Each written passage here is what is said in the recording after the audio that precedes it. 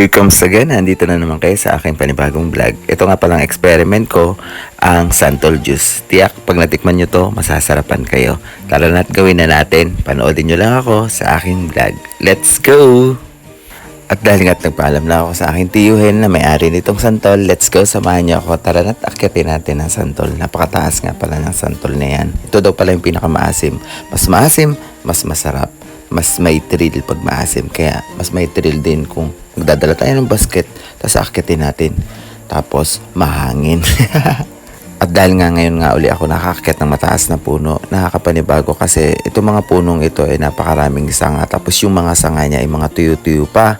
Nakakatakot kasi umakyat, baka kasi ako mahulog. Napakabigat ko pa naman.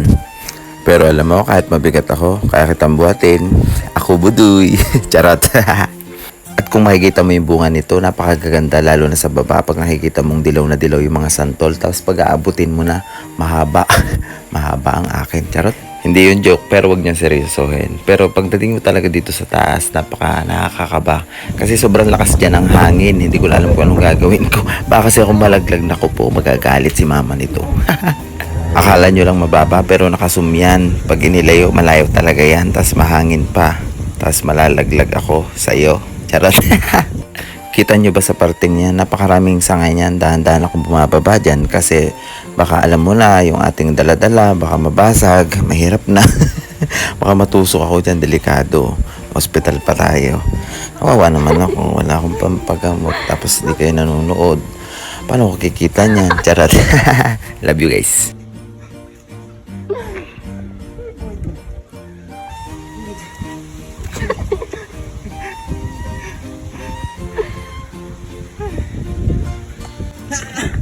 At dahil nga pahirap ako sa buhay, yung basket pa hindi dinala ko, ang hirap palang dalhin. Dapat pala plastic na lang. Eh syempre kung basket, mas madali nyo makikita na santol yung kinuha ko. Baka kasi pagkamalan yung kay Mito yan. Charot. At dahil nga ang may-ari naman niya yung taga-video, kaya hindi na ako nagpaalam. Nagpasalamat na lang ako sa kanya. O dali na natin yung santol para balatan. Napakahangin nga pala dito sa labas.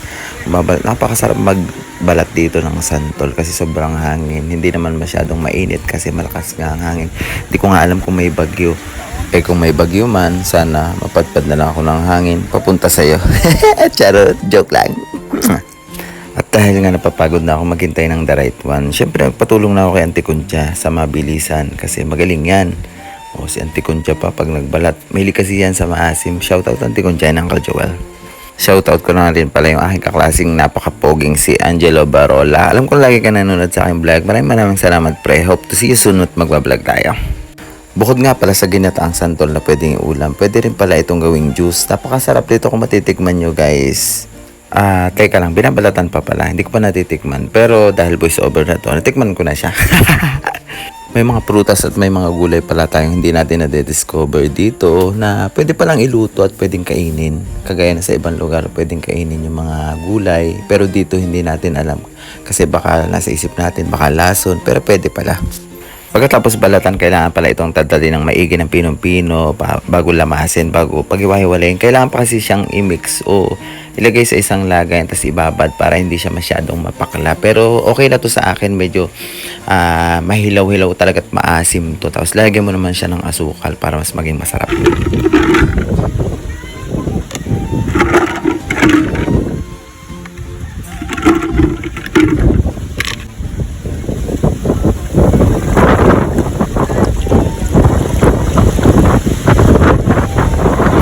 O diba ang lakas ng hangin? Siguro nararanasan nyo rin itong hangin na napakalakas dito na parang may bagyo dito sa Mindoro.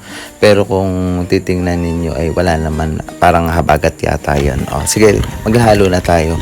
Kailangan muna natin halo-haloing maigi yung santol para mag-mix yung pinaka-asim at saka yung lamig niya. Tapos lagyan natin siya ng asukal para mas maging matamis. Parang kayo ng jowa mo. Kaingit na. Sarap yung sipain. Charot. Sa mga nanonood ng video ko, maraming salamat at mag-comment naman kayo para ma-appreciate ko. I love you guys!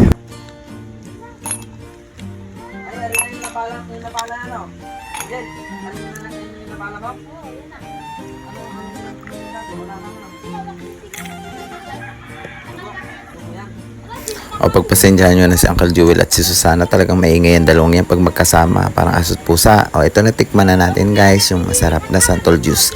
Napakasarap niyan. Lalo na pag ganito kalakas yung hangin, tapos iinom ka, tapos wala kang jowa. Mas masaya kasi wala kang kaaway. Tikman na natin guys, napakasarap. Tapos ganito yung makikita mong view. Cheers guys, and thank you for watching on my vlog. Sana sa susunod na video ay mag-comment pa rin kayo dito sa aking vlog at patuloy kayong sumuporta sa akin. Maraming salamat.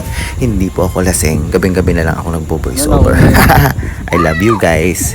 Heto na tayo at tatayo muna ako at papagmasdan ko yung kalupaan ng aking kapitbahay. Bye-bye. And don't forget to follow, like, and share. Thank you guys. Mwah.